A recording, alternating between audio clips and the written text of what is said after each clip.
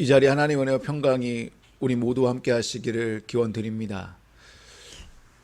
교회를 한자어로 보면 가르칠 교회 모일 해자라고 써서 가르치고 배우기 위해 모인 곳이라는 의미를 가지고 있습니다. 한자어 가르칠 교를 써서 교회라고 하는데, 근데 요즘 들어는 이 말이요 조금 아쉬운 부분이 있어요.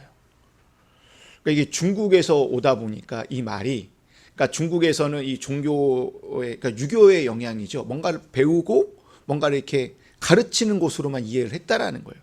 그래서 최근 들어 많은 분들이 이 가르칠 교 대신에 화면을 보시면 사귀다, 교제하다의 교를 써야 한다라고 얘기를 합니다. 조금 더 화면을 보시면, 그러니까 지금은 고인이 된 강원도 태백에 가면 예수원이라는 곳이 있습니다. 그러니까 수도원이에요. 그러니까 내가 영성을 좀 이렇게 훈련할 수 있는 곳인데, 이걸 대천덕 신부님께서 만들어 놓았는데, 이 대천덕 신부님께서 이런 말을 하셨어요. 교회를 교회로 표기하자. 앞에서 말하는 교회는 가르칠 교고요, 뒤에 교는 사귈 교라를 써서 이렇게 바뀌자라는 거예요. 왜 교제할 교를 왜 사용하자고 했을까요? 여기에는 교회는 코이노니아가 너무나 중요하기 때문이라는 거예요. 이를 통해 교회는 뭡니까? 삼위일체 하나님과의 인격적인 교제를 하는 곳이라는 거죠. 그뿐만 아니라 교회는 성도 간의 교제가 이루어져야 되고, 또한 교회는 그 시대와 지역과 함께 소통하고 나눔을 행하는 그런 교제를 강조하기 위해 가르칠 교가 아니라 뭐를 써야하는 거예요? 사귈 교, 교제할 교를 써야 한다라고 많은 목사님들이나 많은 학자들이 지금 주장하고 있습니다. 이처럼 교회는 관계성이에요. 관계성 안에서 교회가 존재합니다. 그렇다면 성도 역시 그 관계성 안에서 뭐 하는 거예요? 관계를 맺어가는 사람이라는 거예요. 그 교회가 바른 교회인지 아닌지 알 수 있는 건 딱 하나입니다. 그 교회가 얼마나 관계성을 지금 맺고 있느냐라는 거예요.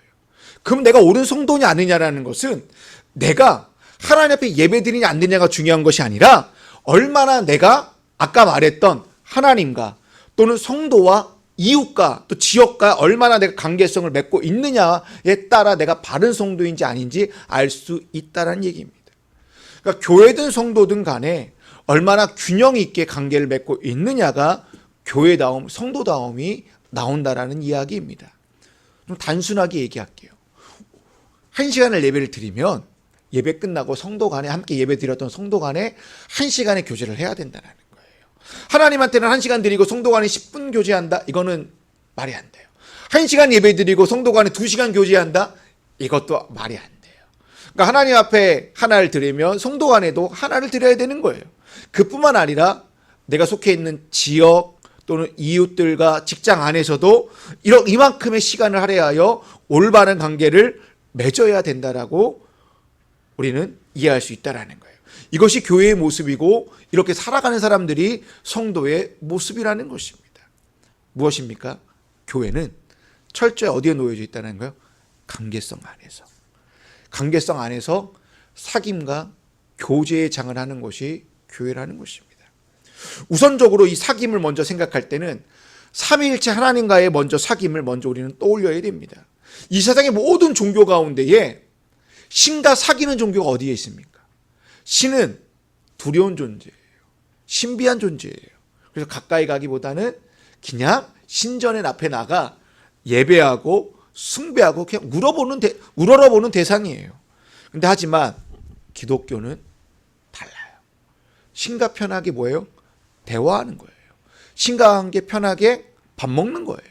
신과 편하게 교제하고 친교하는 것이 기독교의 특징이에요.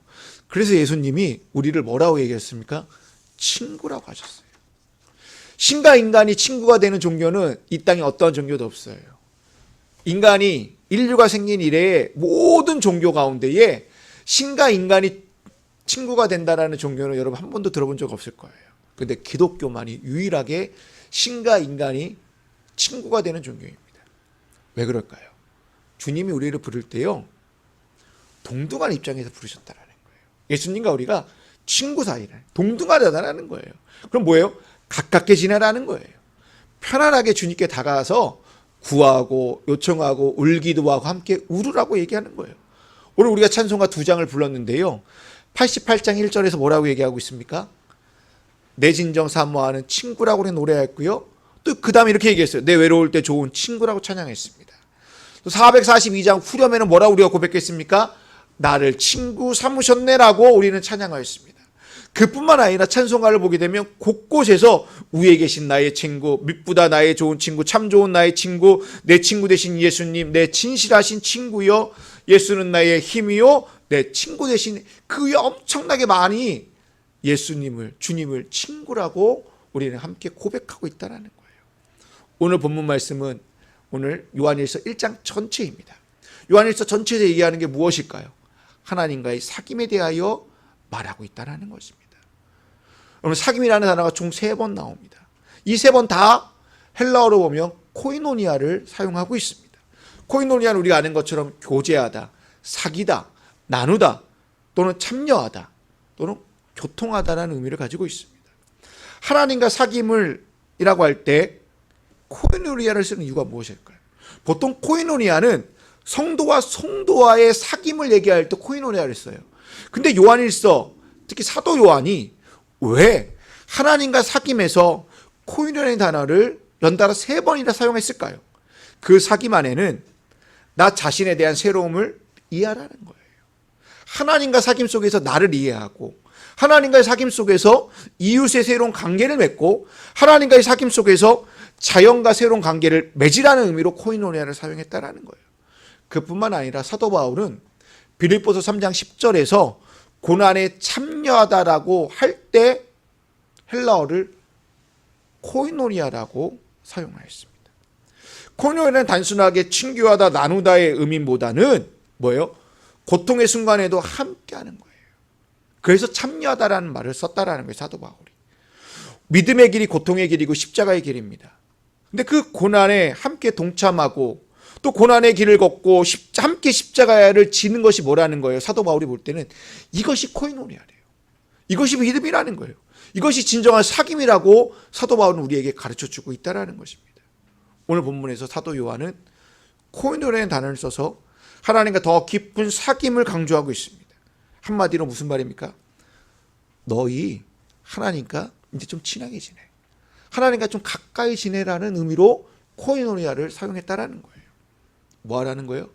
하나님을 어려운 대상으로 보지 말라는 거예요. 친구처럼 속마음을 털어놓고, 그리고 허물 없이 편하게 지내는 사이로 이제는 사귀면서 이제는 친밀해지라고 사도 요한은 우리에게 뭐하고 있다는 거예요? 요청하고 있다는 거예요. 말은 쉬워요. 하나님과의 사귐, 말은 너무나 쉬워요. 그래서 우리는 하나님과 사귀려고 내가 일방적으로요, 내가 뭔가 자꾸 하나님 앞에 뭔가를 하려고 해요. 그럼 더 친해지는 것 같아요. 뭔가 하지 않으면요, 내가 왠지 모르게요, 좀 멀어지는 느낌이에요. 내가 하나님 앞에 신앙적 행위를 하지 않으면 하나님 앞에 밤에 잘 때 오늘 뭔가 좀 찝찝한데, 더 나가서 좀 약간 죄스러운 마음까지 들어요. 그래서 하나님께 더 친밀한 사귐을 하기 위해 이런저런 신앙 행위를 한다고 해서 더 친밀해지는 건 아니라는 거예요.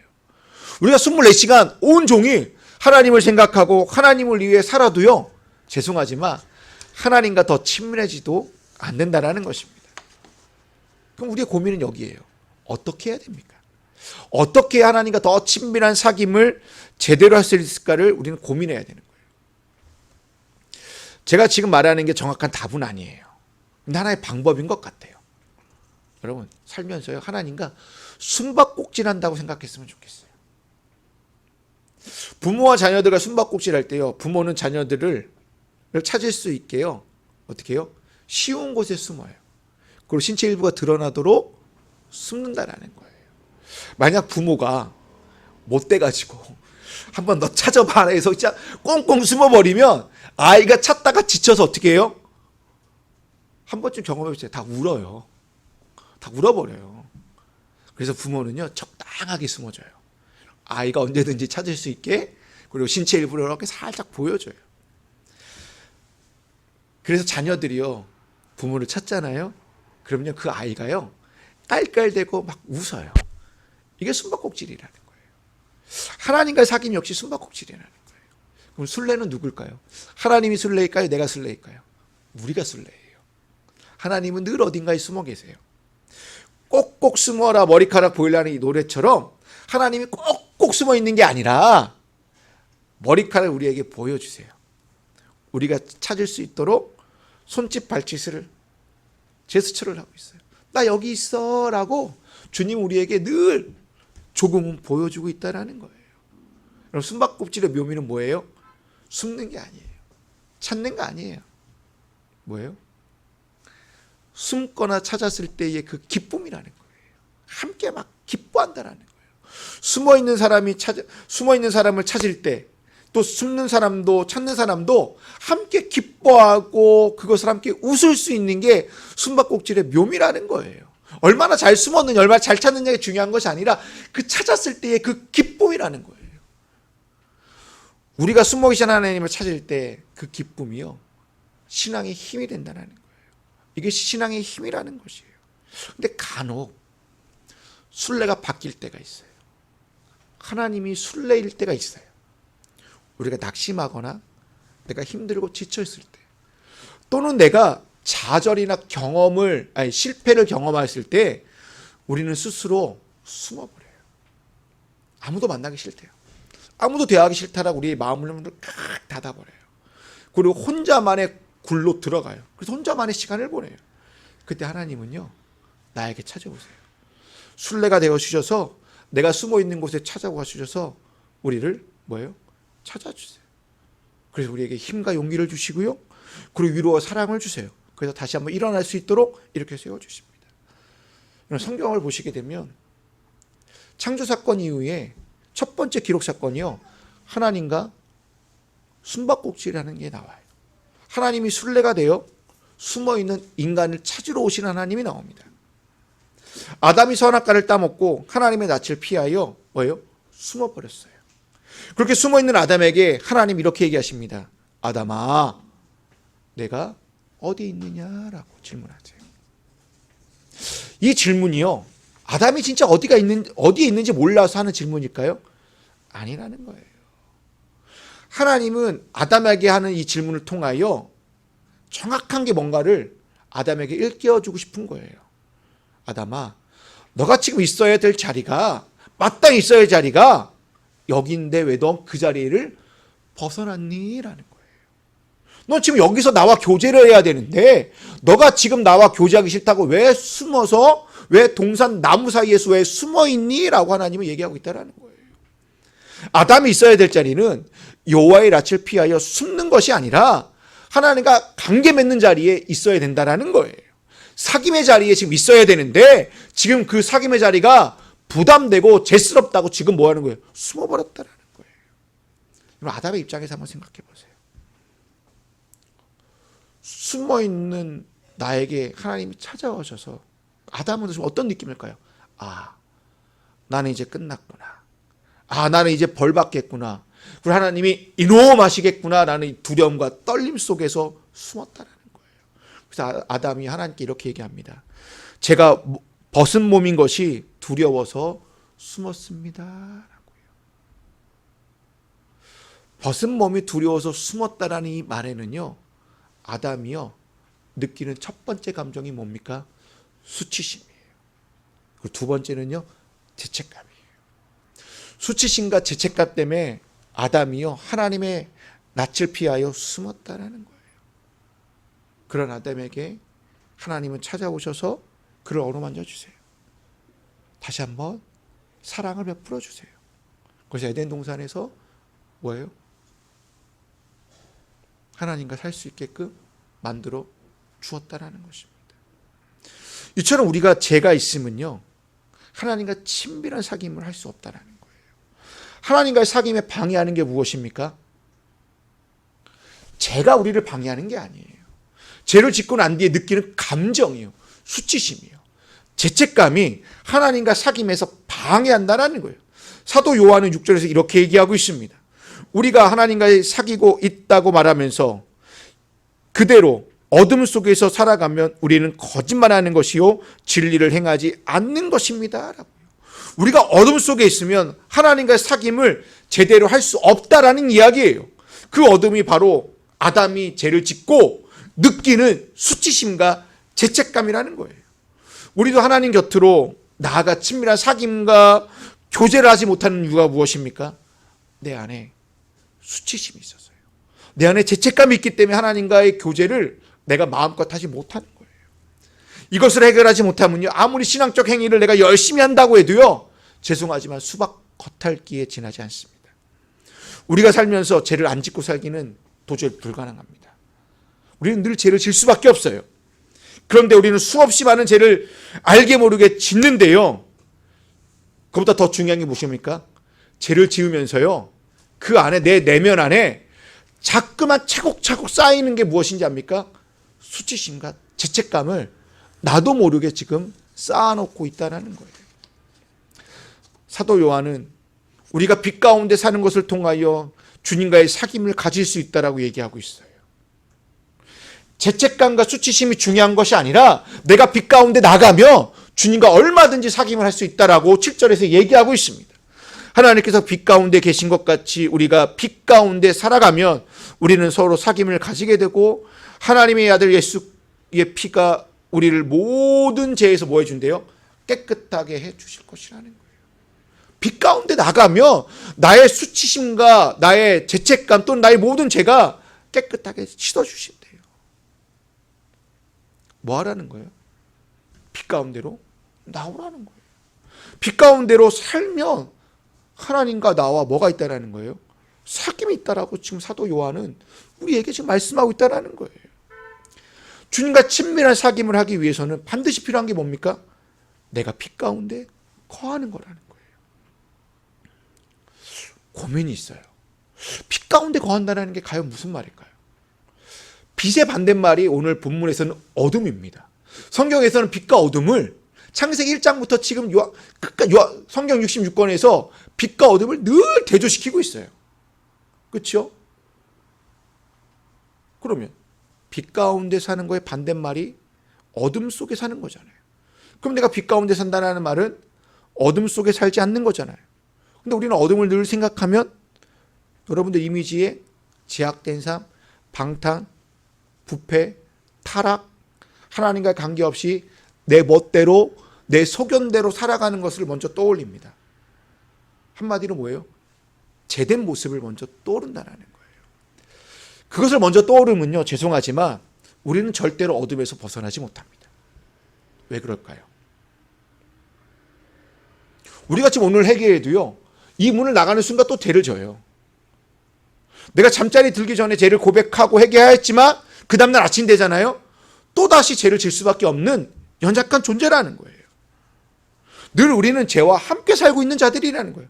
늘 우리는 구원받은 존재이지만 늘 불안한 존재라는 거예요. 우리는 의인이지만 또한 죄인이라는 사실을 늘 기억하셔야 된다는 거예요.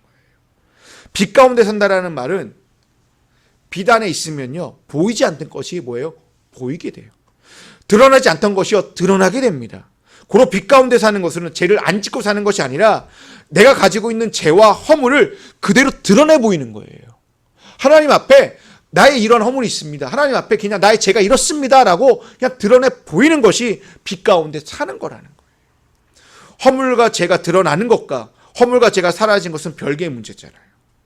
나의 허물과 죄가 드러나기 싫으면요, 그냥 어둠 속에 살면 돼요. 내가 빛 가운데 살고 싶으면요, 내가 지었던 죄를, 나의 이 불편한 나의 언행들, 나의 잘못된 이 행동들을 주님 앞에 그대로 들고 나오는 거예요. 그게 빛 가운데 살아가는 모습이라는 거예요. 자기 자신을, 여러분, 어둠 속에 살기 위해서 나의 허물과 죄를 드러내기 싫어서 어둠 속으로 들어가는 행위는요, 죄송하지만 나를 기만하는 행동이에요. 그리고 하나님 앞에서 정말 소극적인 자세로 살아가는 모습이라는 거예요. 여러분, 빛이냐 어둠이냐, 내가 죄를 지었느냐 안 지었느냐가 중요한 게 아니에요. 내 삶을 내가 드러내느냐 아니면 감추느냐가 빛의 자녀로 빛의 가운데 살아갈 건지 아니면 어둠 속에서 살아갈 건지를 자지우지 한다는 겁니다. 우리가 주님과 친밀한 사귐을 하는 자들은 여러분 뭐 하는 자들이라는 거예요? 자신을 드러내는 자들이라는 거예요. 나의 마음을, 내 생각을, 나의 이기적인 욕심을, 내가 갖고 있는 세상적인 것들을 그대로 주님 앞에 다 드러내 비춰 보이는 거예요. 그래서 우리는 말도 안 되는 기도도 하잖아요. 허황된 기도도 하잖아요. 이게 빛 가운데 거하는 모습이라는 거예요. 마치 주님 앞에 내가 빛 가운데 있다는 건요, 우리의 속을 엑스레이와 MRI를 찍어서 내 속 안을 다 드러내 보이는 것이 빛 가운데 사는 거라는 거예요. 그렇게 그것이 내가 내 삶을 드러내는 것이 뭐 하는 거예요? 친밀한 교제의 시작이라는 거예요. 그래서 사도 요한은 이렇게 빛 가운데서 자기 자신을 드러내요. 자신의 죄를 고백할 때에 놀라운 역사가 9절에서 일어난다고 얘기하고 있습니다. 우리가 우리의 죄를 자백하면, 이게 뭡니까? 빛 가운데 거하여 나의 죄를 드러내 보이면 하나님은 신실하시고 의로운 분이셔서 우리의 죄를 뭐 한대요? 용서하신대요. 우리를 불의해서 뭐 한대요? 깨끗하게 해줄 것이다라고 말씀하고 있다라는 겁니다.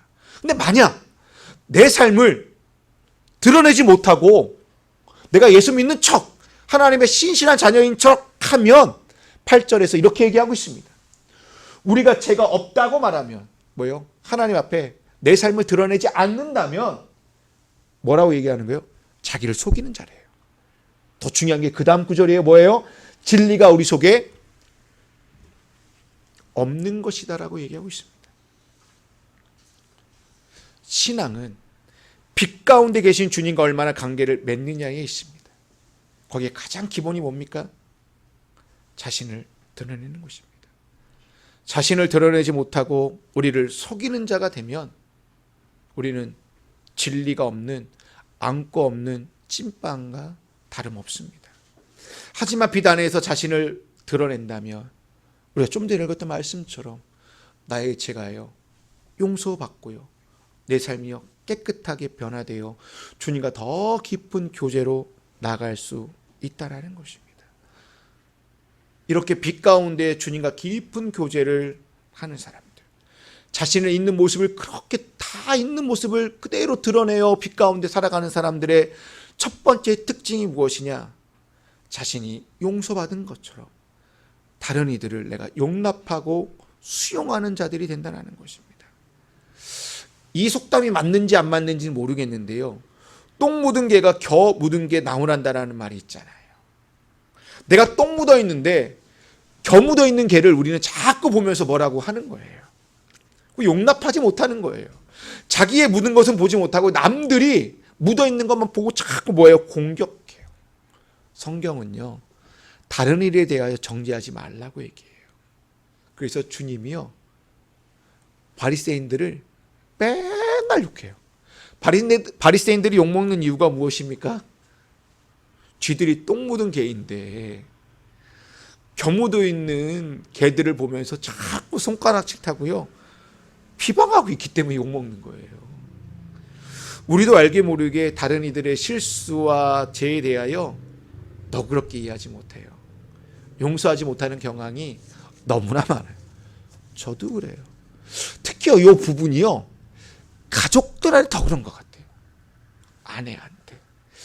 특히 아내는 무서우니까 아들한테는 진짜 보이면 바로 용납을 못해요. 어제도 우리 사모님께서 저한테 딱 한마디 하셨어요. 엄씨들은 정말 싫다고. 아들이 뭐라고, 아들이 꼴보기 싫은데 아들의 모습에서 제가 보인대요. 그렇다고 어제 저녁에 저한테 너무 꼴보기 싫대.